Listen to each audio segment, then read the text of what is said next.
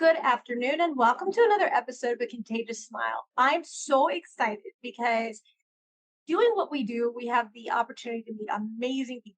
And a while back, we had the opportunity to meet Shane, and he is amazing. And what a gift this gentleman is.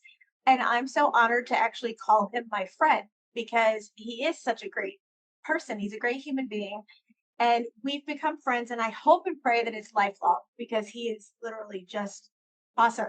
So he's been on with us before. We've stayed in contact. I follow him, and I'm so glad that he is here to give us an update and just talk about some stuff. Welcome back. Thank you so much for being here. I'm so glad that you're here.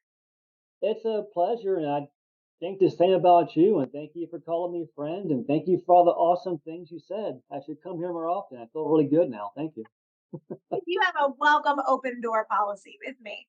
So tell me what all you're doing. Now, anyone who doesn't follow him, shame on you because you need to follow this man. And I'm going to have every possible link and connection to him in the show notes. But he brings you positivity even on the days you don't necessarily think you need it, but you do. And he's done that for me more than he even knows. So, what have you been up to beside making people smile? Very cool. Really at the core of what I do, I mean, I love marketing, I love business, I love motivation, personal development. I love all of that. So there's no reason one can't do all of that. I mean, so really, what I have done since the last time we spoke is put everything together into a marketing and mindset package that I work with business owners on. But it always starts in the same place. I mean, it doesn't matter if one comes to me because they want advertising help or simple, mindset work. It starts with mindset. That's where my core focus is: habits and mindsets. If one can see behind me, yeah, I have a library of books. It's real. It's not a backdrop. Those are actual real books. Uh, I, I, that's only half my library. I don't have the entire bookshelf put together, but I love reading, studying mindset habits, and then you have to pour out Yes. because if you just harbor it all inside of you, you're just implode. You can't just continue to consume information. I love pouring it out. So I love working with people to help them with their habits and mindset because, especially a business owner, when you own a business, man, you know what it's like. Yeah. I mean, if your business is off, it's because you're off somewhere. Absolutely. And most people don't recognize that. They don't see that. No, and having been an entrepreneur now for the past 20 years, I see it. I know what it's like to have feast or famine. I know what it's like to have depression like stop you from doing things. I know what it's like to just be foggy brained all the time and no motivation or inspiration. I've lived it. Yes. But because of what I've been around and people I followed and have mentored by, I've been able to share with others, and it's really rewarding. You know, when you see somebody just get the spark after you talk to them, and you know that they're going to use that to help something or somebody else, that's great, man. I dig that. Yes. And the thing is with Shane, and I promise he has not paid me to say this, he literally is the person that you hear. He actually cares. He's not one of these people who is like the balloon theory where he blows the balloon up and then when he gets what he wants and it's out, it's gone, and the air's been let out of the balloon. He's not like that. He is genuine in every sense of the way. He is a gentleman thousand times over. And I go on there and I follow him and I look at everything he posts. And it's not only truthful, but it's motivational. And it's so sweet and genuine. And you can tell it comes from a place of endearment and honesty. And he wants to see those he works with succeed. And that's so rare these days. It's mostly like, oh, what are you going to pay me for? Okay, great, here it is. Bye. And that's the gist of what you get. But he's not that way at all. And he totally stunned me. I have to tell you because everybody knows, and we had talked about this off air, everybody knows what my husband and I have been going through with faith. And immediately, like, there were times where I'm just sitting there and there's another surgery going on, and there's another coding going on, and something else is going on. And I'm sitting there doing anything I can while the surgeons are in there with her. And I look and I see all of these beautiful motivational things that Shane has on his wall. And it really helped push me through some really tough times. And for that, I thank you. But then he shocks me by sending me a message that, and I have to ask him what he meant. I'm going to put him on the spot. But he sends me a message that some of my words he just thought about it one day. And And I was just kind of totally confused because he's this person that does that for everybody else.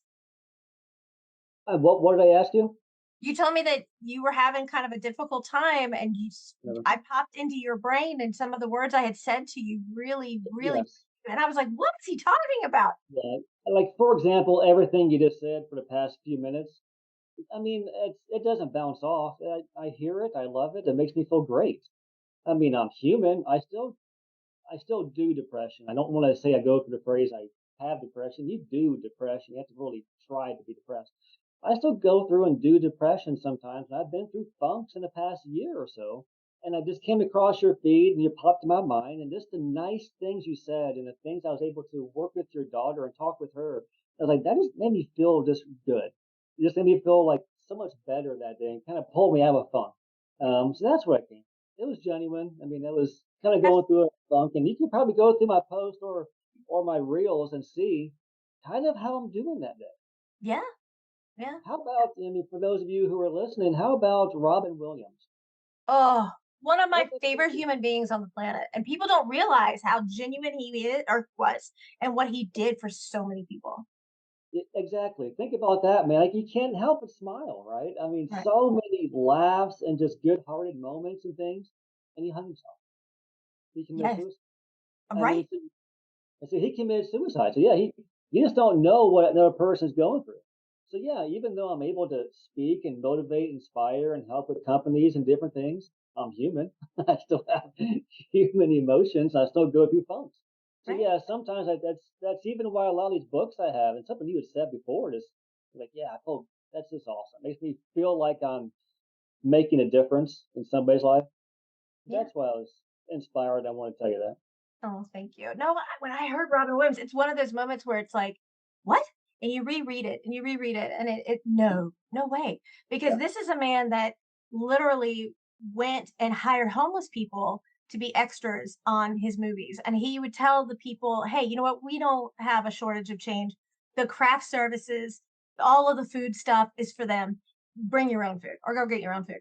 And I had the privilege and honor of talking with one of Patch Adams' co-workers, if you will, who literally is just the sweetest guy. He still tours with Patch Adams. And he told me, he sent me pictures of him and Patch with Robin. And he said that they were just dumbfounded because he wanted to emulate everything Patch did to a T. He wanted to absolutely bring justice to who Patch Adams was or is. And he said this man would literally stop what he's doing if it was cold or raining out and like go over to somebody who looks like they're cold and give them his coat and say, I can get another one. And those people are so hard to find. And yeah. your motivation just fits in that so perfectly, like a perfect little puzzle piece. What gives you your inspiration to inspire others? Who's your muse to help you? I don't know where everybody's belief system is as far as your audience, but I'm gonna tell you straight. Mine comes from our Lord and Savior Jesus Christ. Mine too. Okay, straight up. Even though I fail Him every day, I just also have learned from others. For example, I can't help but put a plug in for one of my mentors, Joe Vitale. I have his newest book. I have a whole bookshelf of his books back here, a whole shelf of nothing but Joe Vitale. So if there's a person that I go to, it would be him. I go to his stuff. But I've also learned follow your muse, that old phrase. I know how I feel when I'm doing this. Right. Okay. I know how I feel when I'm on a stage and I'm just leading, motivating, inspiring. I know how I feel when I'm working one on one or in a group and helping people. I know how I feel jazzed. I feel juiced. I feel Mhm. fantastic. If that's a feeling you have, it doesn't matter what it is, a Right. hobby, a business. I don't care if you're gardening or if you're building skyscrapers. If Right. that's a feeling you have when you're doing it, that's God given. It's for you. That is yours. Okay, that's a talent you have, and I direct it all right back to God and His Son Jesus Christ. That's where my motivation comes from. Because it even started crying out loud. It started in church, um, almost 20 years ago ish now. Hmm. Uh, after we've been married 22 years, so yeah, 22 years ago. Shortly after we got married and baptized and kind of became members of a church. Well, then just where I served in serve still is a Church of Christ, and you do communion on Mhm. Sundays, and they have opening prayer, and it's all I like it all. Well, men have to go up there and do that, right? It's not paid staff; it's all men, like members there. Well, I Right. was on call to do it, and I'll be danged if I didn't do well with it, and I didn't even mean to. No preparation for opening prayer and communion. That was the impetus right there. I realized I can do this. This is Mhm. actually kind of fun. Yeah. Yeah. People at church are always nice and they tell you great things, but I'm always like, well, that's they're supposed to. So I didn't really do what I thought.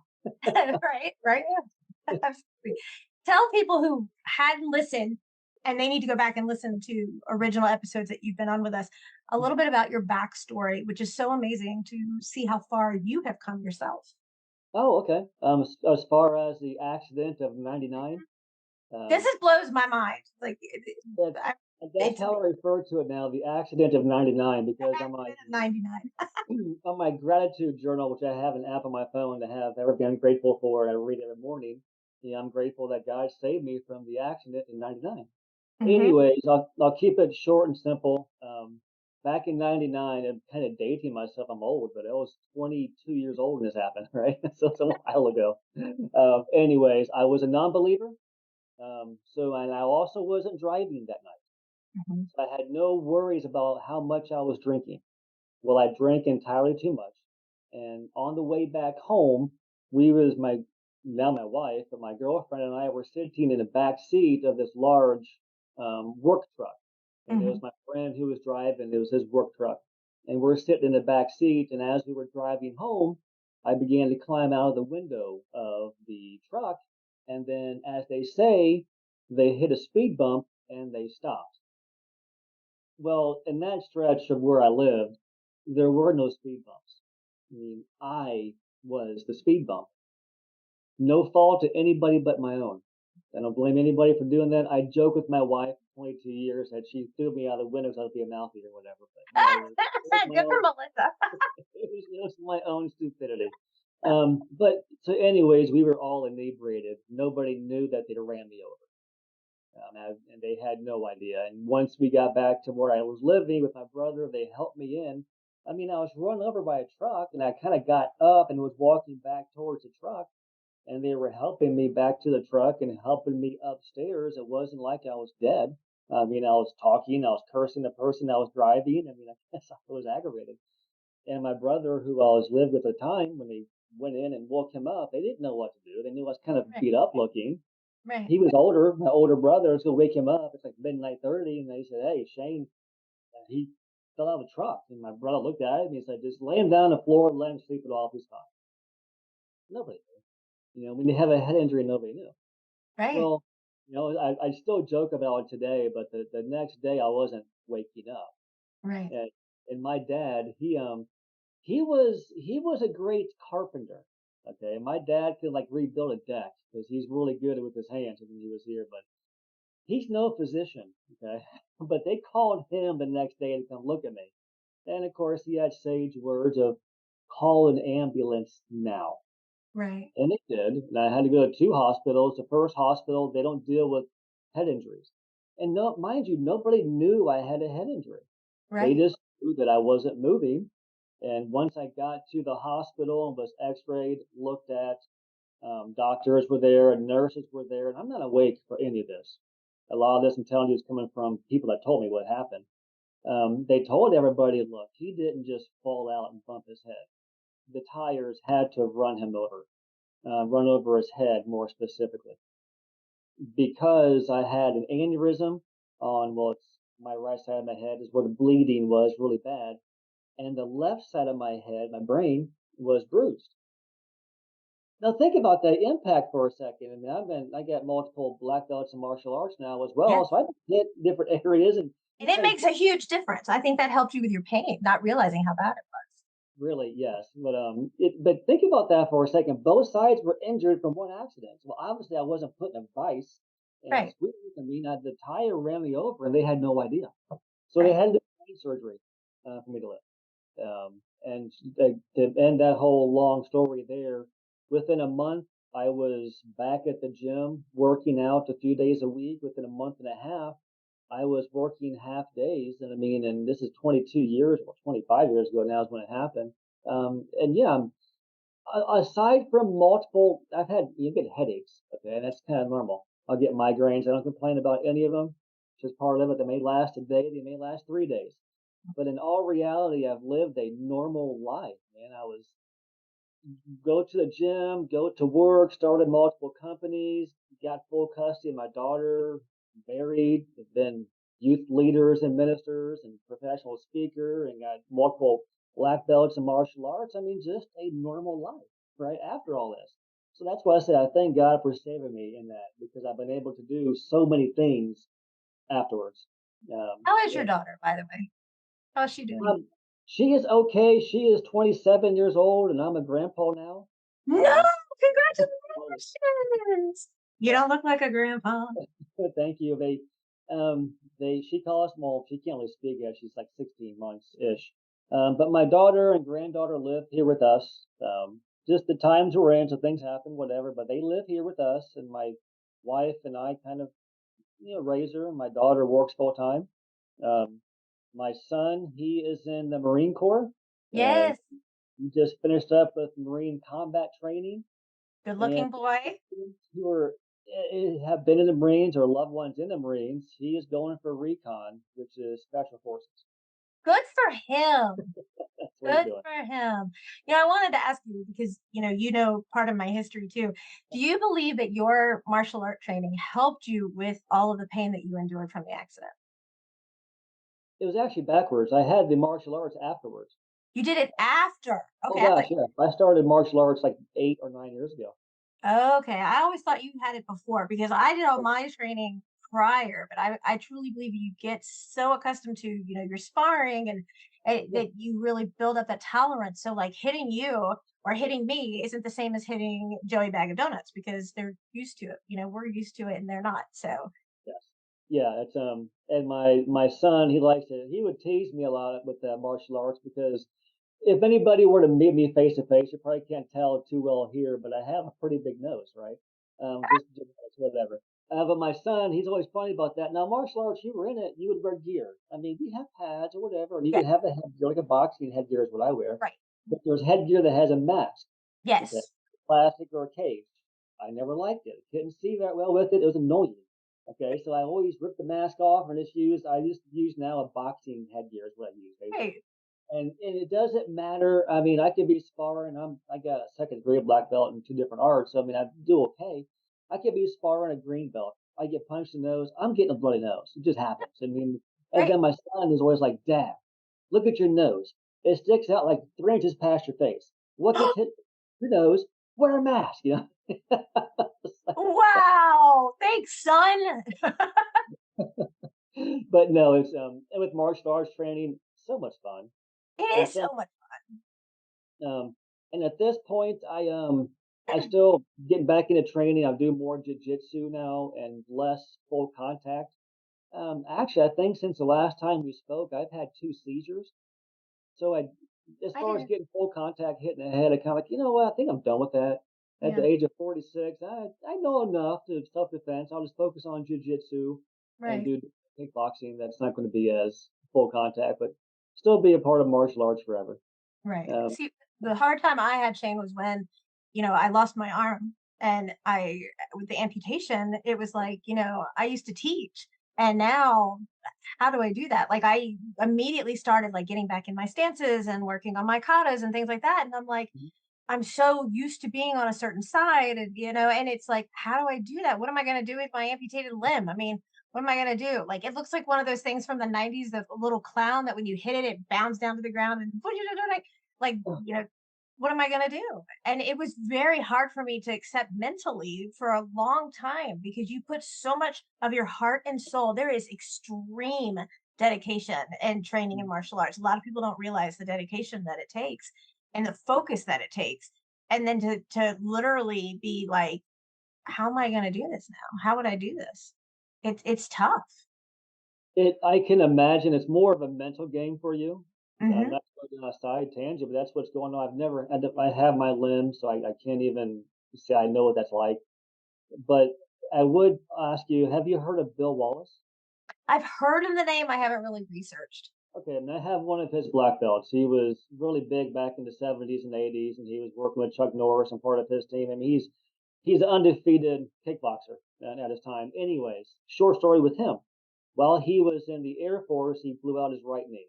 Mhm. He was doing judo, blew his right knee out, couldn't do anything with his leg. Essentially, his leg is a kickstand.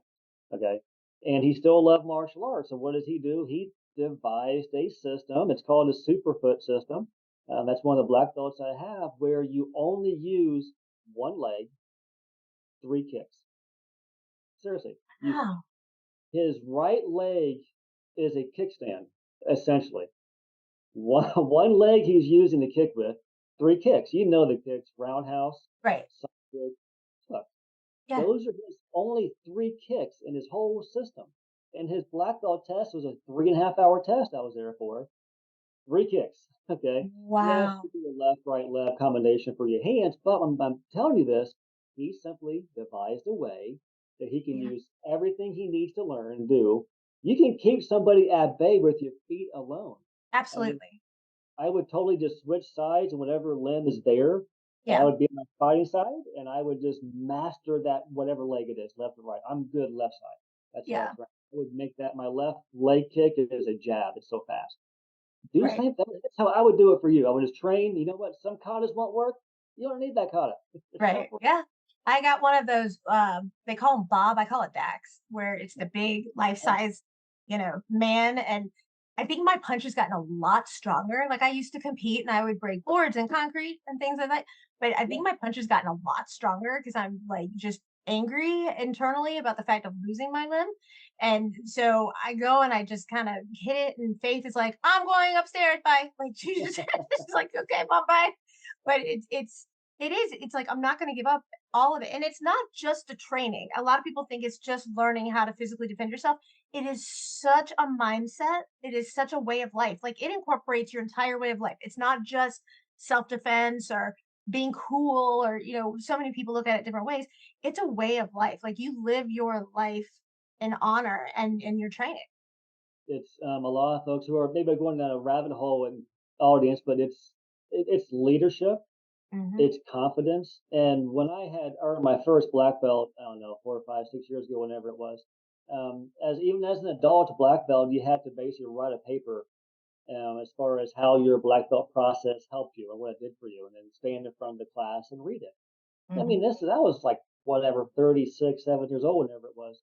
And one of the things was as silly as it sounds, but dudes would get this because we're all similar. Guys are. I know beyond any shadow of any doubt, whatever room I walk into, I'm okay.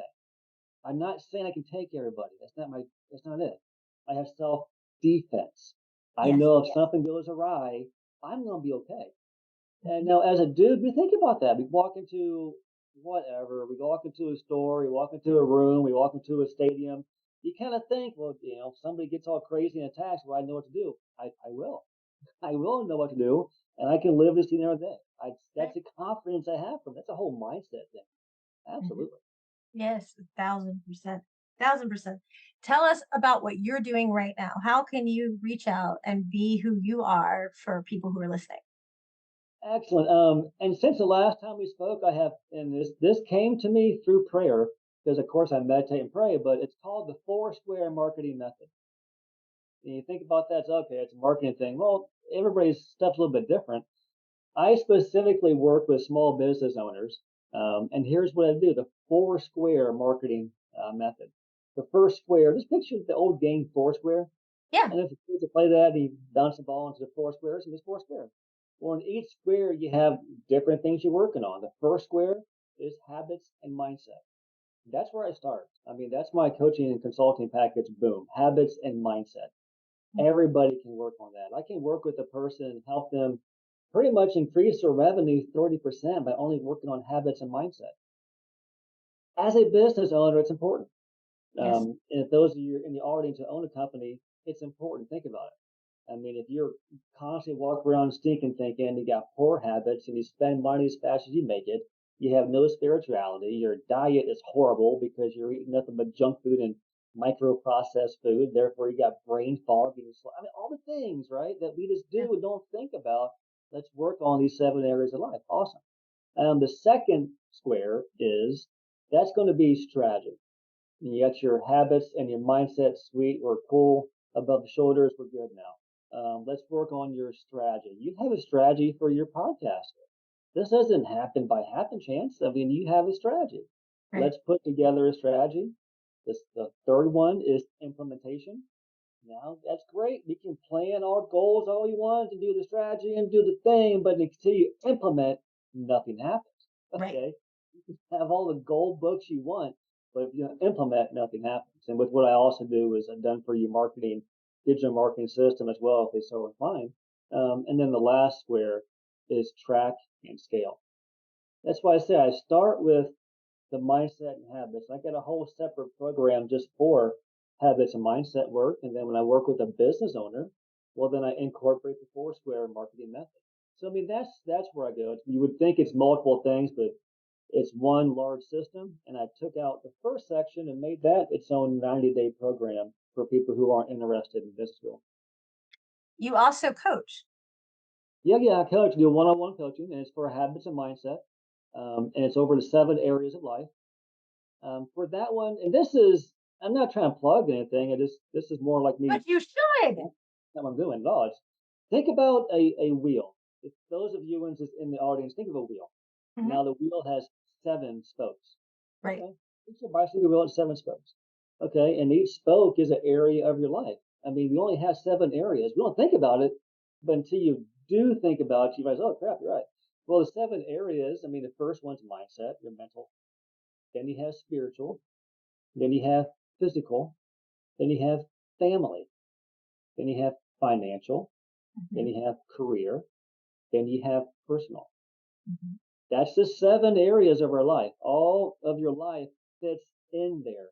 Now look at those 7 spokes and grade yourself on a 1 to 10 scale. How are you doing in your mental game, your mindset? I mean, how is your family? How's your finances? I mean, how's your health? Okay, do a 1 through 10. Well, Right. usually what happens is the spokes are all jagged. You might be a 2 over here, a 5 over here, a 9 over here. Well, then look at that for a second. What kind of a ride are you going to have on your bike with a bumpy wheel? Right. Okay. So if Exactly. we can take you from a 2 to a 7, 8, 9 and keep your entire spokes at that same level, you're going to have a smoother ride in every area of your life. And we're going to do it in 90 days simply by replacing bad habits with good That's amazing. And I'm going to make sure we put all of the link for everywhere to get a hold of you in the show notes. I have to tell you, because I was actually thought about you after this. When Faith was in the ICU and she coded the day before this happened, and we're in the ICU, right? And I am literally like, I slept in the most uncomfortable hospital chair. And my husband's like, babe, I'll stay, go home. And I'm like, okay, no, I'll go home when she goes home. Thank you. Bye bye. So literally, she has her own podcast, and she had scheduled Abigail Hawk, who is one of the sweetest women you've ever met, on Blue Bloods. She was interviewing the Blue Bloods cast, and the show habits. is ending, right? And Abigail is probably I mean, literally one of the sweetest women you've ever met. And so I literally was like, Faith, let's reschedule. And she goes, no. And she goes, I have something I have to do, and people rely on me. And I was like, you're in the ICU, for crying out loud. So I had my laptop, I pull it up, I get on the Zoom, and I look like it's not like I'm unpresentable. And here I am on set at Blue Bloods, like the whole set's right there. She's there, they're taping, and I'm like, I'm going like this, and I'm like, I'm so sorry, for this, but Faith is in the ICU right now, and they're like, oh, we can reschedule.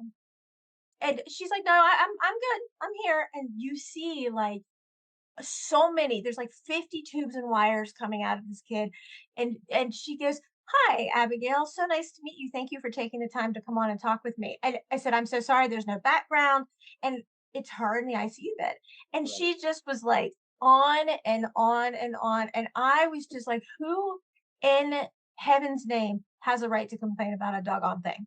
Like, seriously, I'm watching her, and I go, I have no right to complain about a thing, and they're all dumbfounded listening and watching her. And she's just like "So, what are you gonna do now that Blue Bloods is coming to a close?" She's like, "I've watched every season and I love it." And she's recording, quoting episodes, and I'm just watching her in total awe.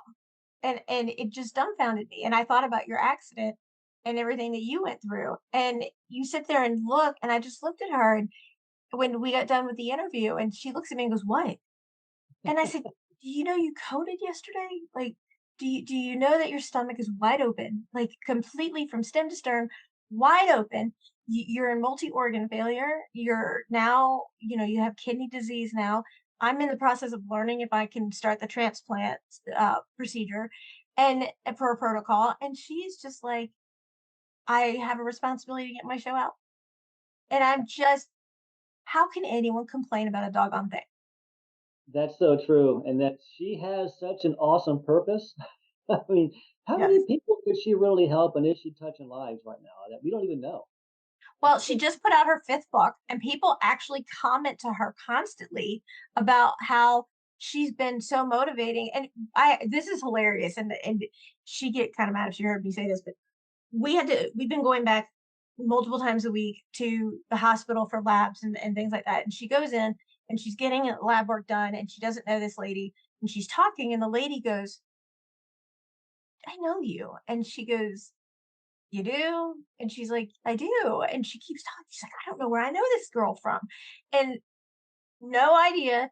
After a couple minutes, she goes, "Do you have a podcast?" And she goes, "Yeah." And she goes, "Is it teen podcast?" And she goes, "Uh-huh." She goes, "My son listens to this podcast, and Mm, he has Down syndrome, and he listens to this podcast and he loves it. Oh my, your faith." And she goes, "Yes, ma'am." And she goes, "Can," and I have a picture of it. She goes, "Can I have your autograph for my son?"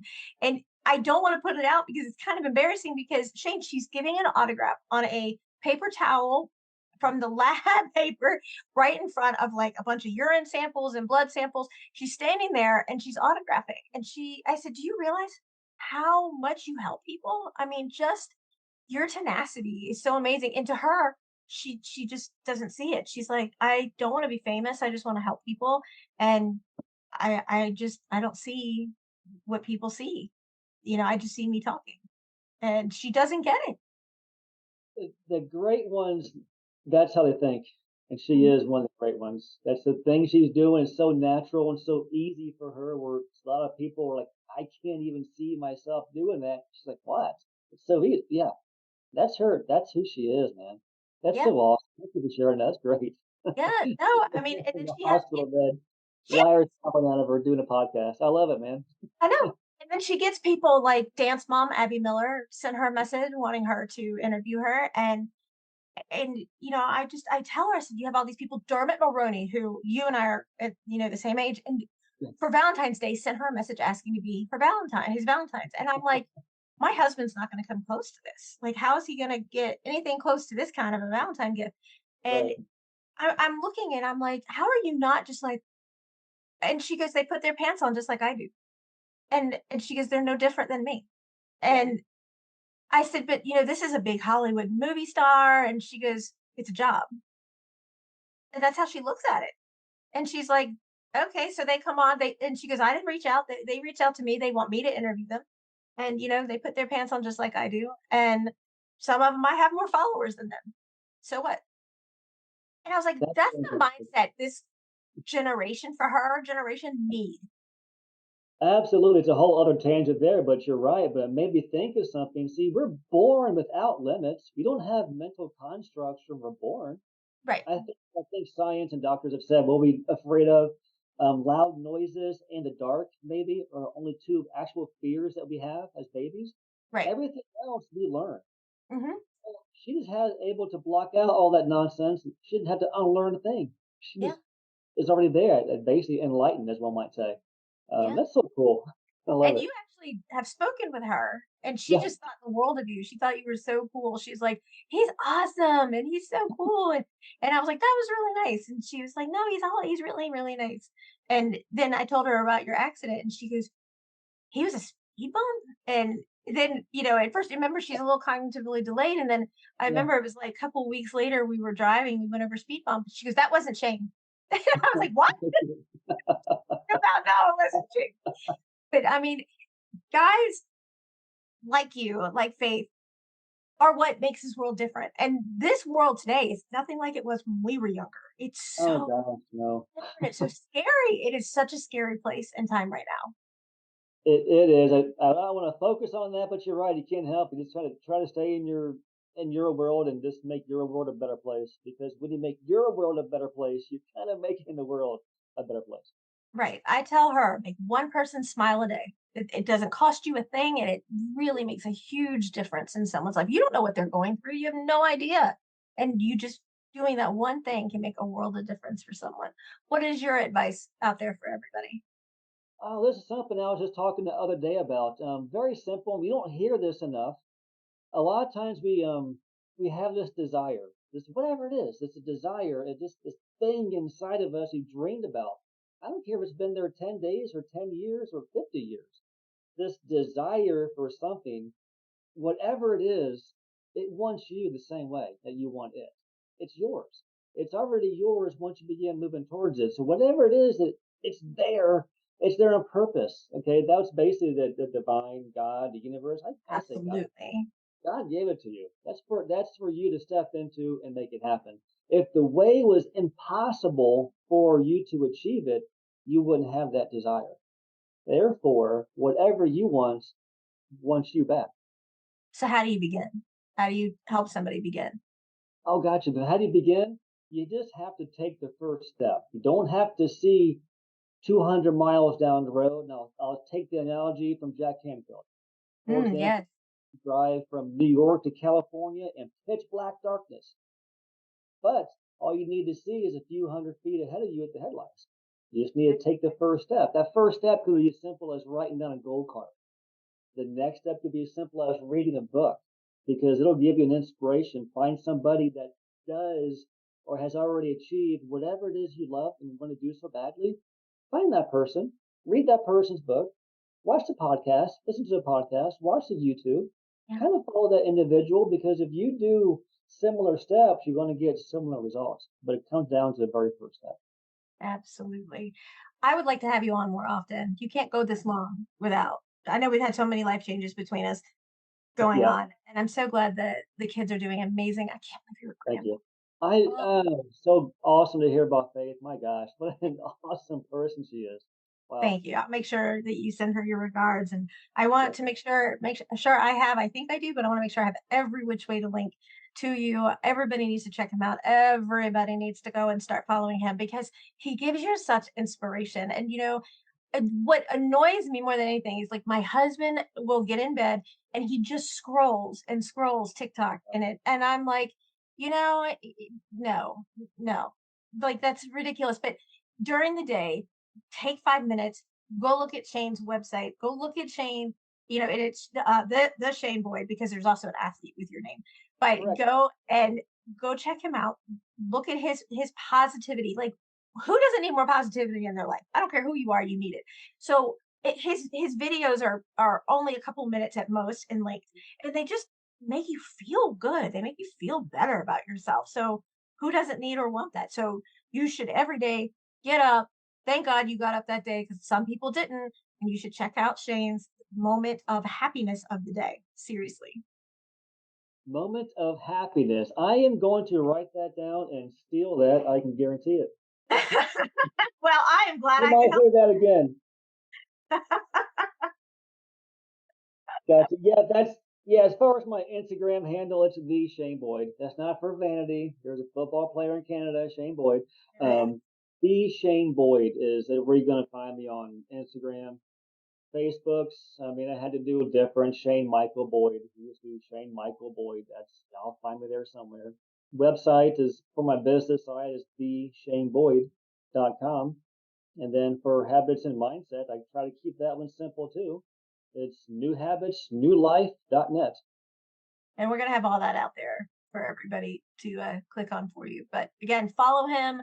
I'm going to beg him to make sure he comes back on sooner rather than later again. I hope he realizes that he's stuck with me lifelong because he's just a great guy.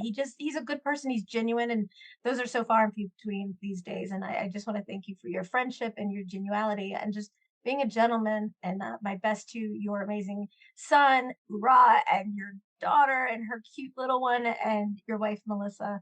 I want to thank you for being who you are, really. It's not easy being me. It's a pleasure. Thank you so much for having me. It's always fun. I appreciate you. Thank you.